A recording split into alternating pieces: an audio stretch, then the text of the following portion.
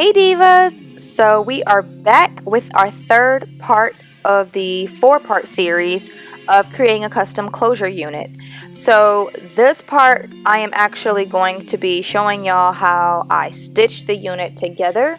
So we've already bleached the knots for the closure. We've already gotten our 613 bundle colored the way we want it to, and now it's time to actually get the cap size to how we like it and get the bundle sewn on.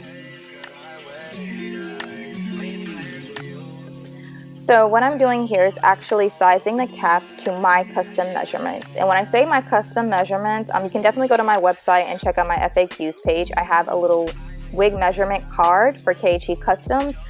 However, just to state them here, I am pretty much making sure my front to nape measurements on this cap align, my ear to ear measurements match, as well as the nape, which is the back area, like going across. So for me, it's like priority to make sure my wig does cover all of my head. That's just the point of me wearing wigs. I don't want any of my hair out. I want it to fully be protected. I know that also there are additional measurements that you can do when you're doing a frontal, but for the sakes of this closure unit, these are the most important measurements I need. Also, the circumference is the biggest important measurement you're gonna need, but that's helping you decide which size cap to get. So the circumference of my head honestly is about 21.5 to 22, depending on like how thick my braids are. So that's why I'm using this 22 dome head, but I have a 23 as well for other sizes when I'm making custom units for my clients. So that's what I'm doing now. I'm just positioning the pins to just stretch my cap in all of the correct places so that it's a snug fit for my head.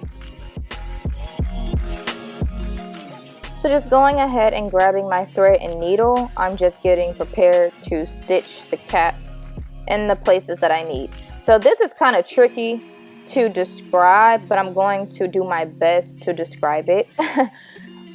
What's happening is once we get the thread and needle prepared, I'm going to pretty much make it so that the cap isn't loose or gappy. So once you position the cap to align with the measurements of your head, you'll notice that there's going to be maybe a little bit of bagginess, or it looks like it's like loose by the crown of the head. You're going to pretty much pull like on the edges. You're going to be folding the edges a little bit towards the end to kind of eliminate that gappiness. So it should literally be super snug when it's on the wig head. And I'm going to do that around the entire cap. And you may not have to do it on, around the full cap. It may just be some in the front, or you may have to fold it over a little bit on the sides. But just keep in mind, if you do find that, you have to kind of tuck it and like make it really snug, and it requires you to pretty much create a new like stitching around the cap, that's totally fine. We want to make sure that this wig fits your head, because you don't want it to be so loose that it can fall off or it can slide back. So that's the whole point of making sure the cap is snug to your head measurement. Honestly, that's the key of a very secure glueless or adhesiveless unit, closure or frontal. If you have your exact head measurements applied to the cap, the wig is going to be so snug you don't have to use any glue or adhesive.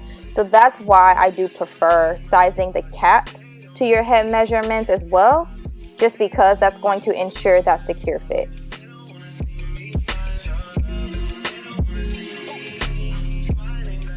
So now for the fun part, we can actually go in and stitch down our 5x5 closure that we prepped within part 1. Bleach the knots, we've got it all prepped and ready. So yes, it's time to finally stitch it on to the cap.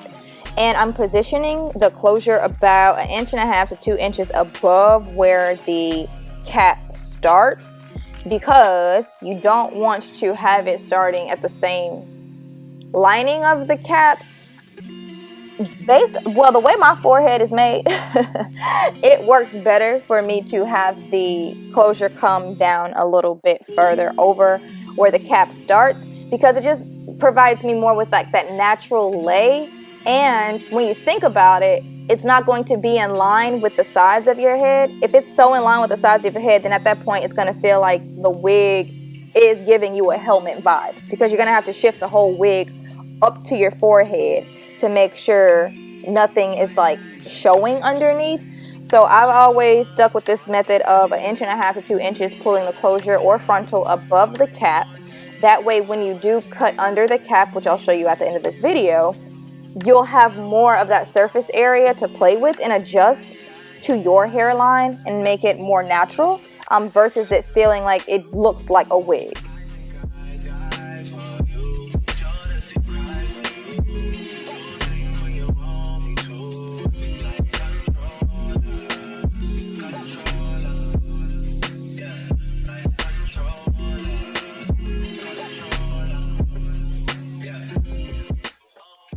And right here is a good example to show y'all how natural it will look. Right there. See, you want it to come down a little further than where the sides will be, where you're pulling the straps, because that's going to then allow for it to lay much flatter and provide you with that seamless look at the front. Where we bleached our knots, you're not going to be able to notice where the wig actually starts. So that's why I like to pull the closure or frontal down a little bit further. It just provides you with that seamless install look. And we don't want the wig to be wiggy, right? We want it to look like it's coming out of our scalp. So that's the whole point of making sure from start to finish, you sew it down and get it snug and fit the right way. It also helps prevent a rippling effect when you are installing units, because most of the time that happens when the unit is too big and you have to kind of stretch and pull it to fit or stay in the right places. But then once it actually lays down, it ripples because there's still that gappiness I was talking about between like your head shape and the cap. So to prevent all of that, just make sure you apply your measurements to the cap and then you pull your closure down about 1.5 to 2 inches above where the wig cap lining starts.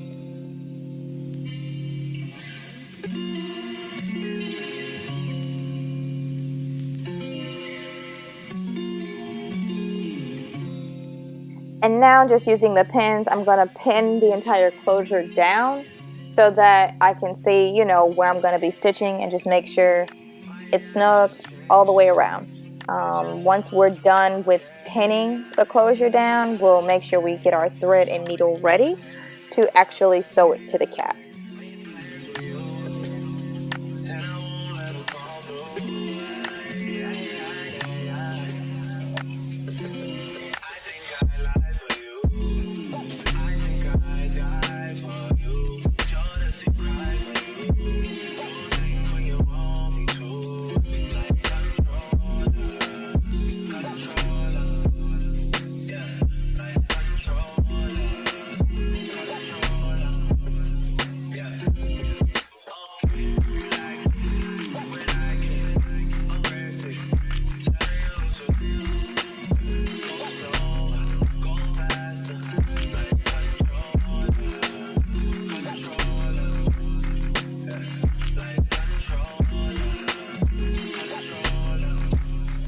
Okay, so taking our needle and thread, I'm going to actually start stitching down this closure. Key thing when it comes to stitching the closure down, you want to make sure you go through the lace of the closure, and then you also go through the cap. You don't want to miss going through the cap or thinking you're going through the cap and you only go through the closure, because at that point you're not even securing the closure down and it can easily be moved, and that's not what we're looking for. So just keep in mind when you're stitching the closure down, stitch through the closure. You want to go through that lace, and then you want to take it through the cap, and that's how you're going to be sure that it is actually secured to the cap.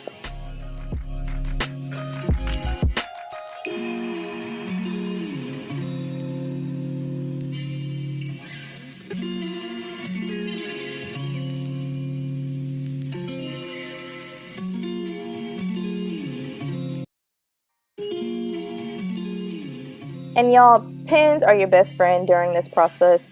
Because I wasn't using my wig head, I don't know why I didn't use my wig stand. It was a little difficult for me doing it on this surface. However, The pins just help make sure the closure is stayed down and we're not getting any of those humps in the lace, because we just want the closure to be as flat as possible. The same way you would want it to be flat in a sew-in, you want it to be flat on your wig cap.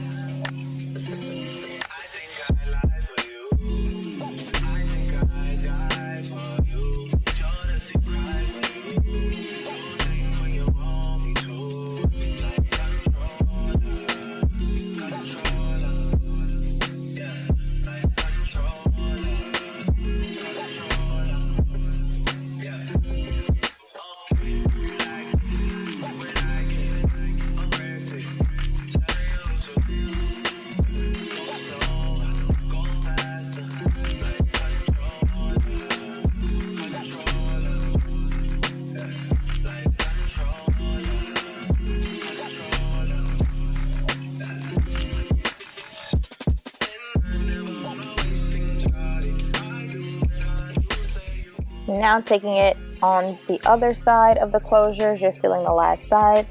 Once we are all done here, we'll pretty much be done stitching the closure on, and then we can actually move to the sewing machine to stitch all of our tracks in and get this wig completed.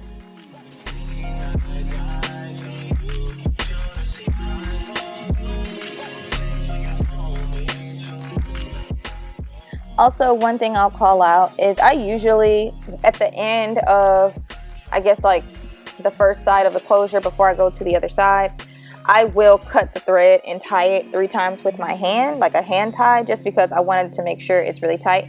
That's something I do by choice. I've just always done that. You don't have to do that, but that's just maybe something that'll help you if this is your first time creating a closure unit.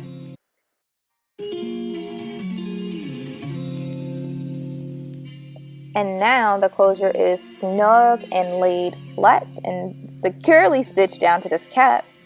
We are ready to move to the sewing machine. Do y'all see how bomb this closure is already looking? And we haven't even finished the wig. Like, look at this.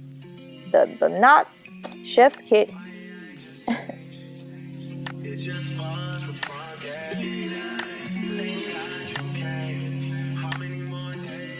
I didn't get to record myself doing it. However, I did draw my guideline lines using a silver Sharpie, and I typically do about 10 to 12 lines on a closure unit, given the size of my head. This can always change depending on your size head, but I wanted to make sure I showed y'all that before we move to stitching on the sewing machine.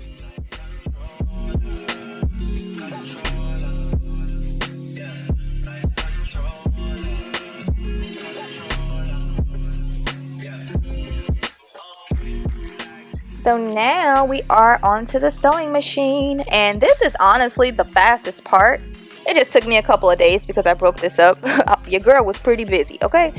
But the first thing that I do is re-stitch the closure, kind of like another stitching layer, but using the sewing machine.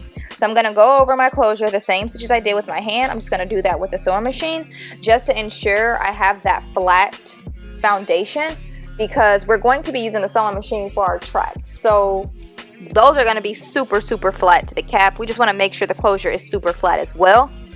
When I haven't went over my closure with the sewing machine, I noticed that it kind of bulges a little bit. And now this could be a personal thing that I noticed. Other people probably don't. But it kind of lifts up a little bit to the point where you can kind of see the divisiveness between where the closure starts, the lace of the closure starts, and then where that final track that's like gonna be right under the closure, like sealing all the spaces, you'll see like there's a little bit of like a gap there. And I don't want that to be that noticeable. I want it to be as seamless as possible and really flat.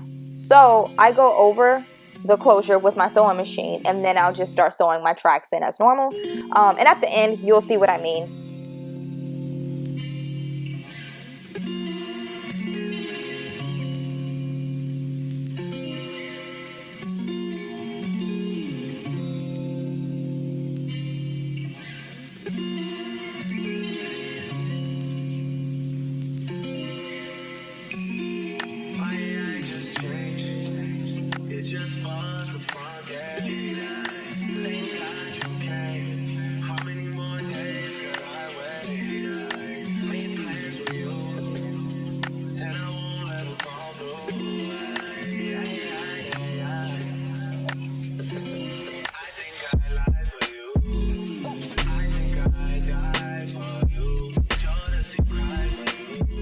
Okay, so this is optional, but I am double wefting my bundles. And I keep saying tracks, y'all, but y'all know what I mean. I'm double wefting the bundles so that it's thicker. I sewn in the bundles like individual. I have it like without double wefting it. So you can do it without double wefting or with double wefting. But for me, I knew that I was using more hair and it was gonna, I really wanted it to be really full.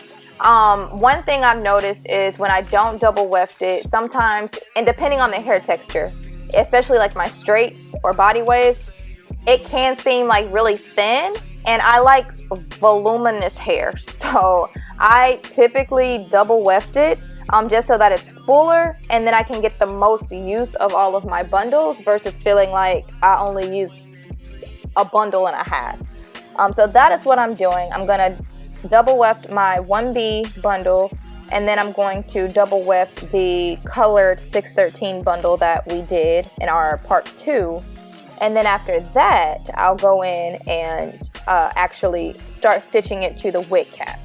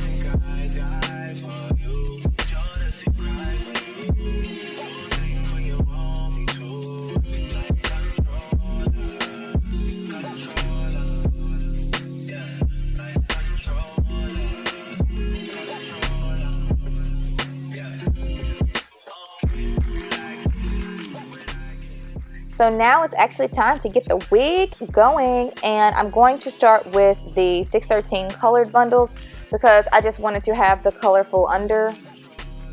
I guess that's the correct way of saying it, but pretty much I want it, if I flip my hair up, I wanted to see the colors first. So I'm gonna start with that being my first track, and then on my next guideline I'll have the 1B bundles. Then I'll go back to my color 613 and I'll be alternating back and forth throughout the entire wig. Being that I have a 1B color closure, the top of it is going to help give you more of like the effect that it is mostly 1B, but you'll see that the color is pretty much woven throughout the unit, and it helps give you like that cute kind of pop of color. So the colors are going to show regardless of if you curl your hair, if it's straightened, and that's what I like about this unit. It's like my pride unit. It's going to allow you to have the natural feel, but it still gives you the nice color pop, and you can wear it out and about, or even if you're in like an office setting, it's not too vibrant because the 1B helps balance it out.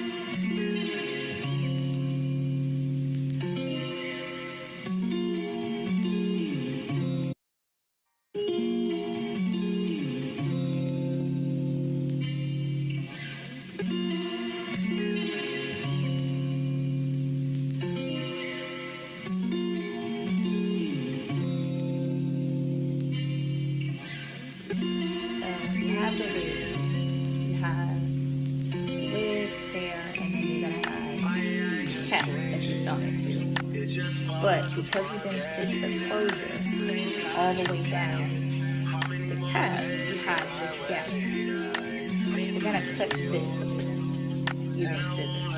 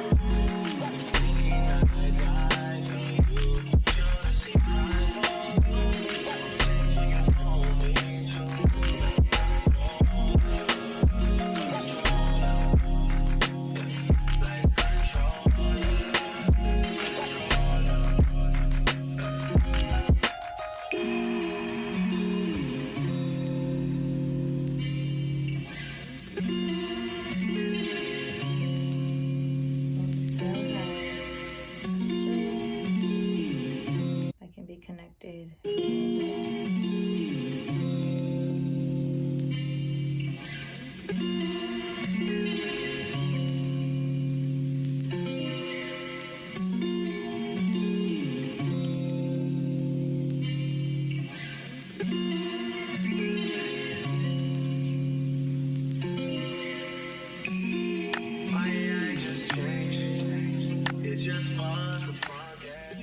So now this unit is officially stitched. All of the colors are popping exactly how I imagined, and the only thing left is to style it. Stay tuned for part 4, which I'll be uploading next week. Be sure to give this video a thumbs up and subscribe if you enjoyed this video. Talk to y'all later. Bye.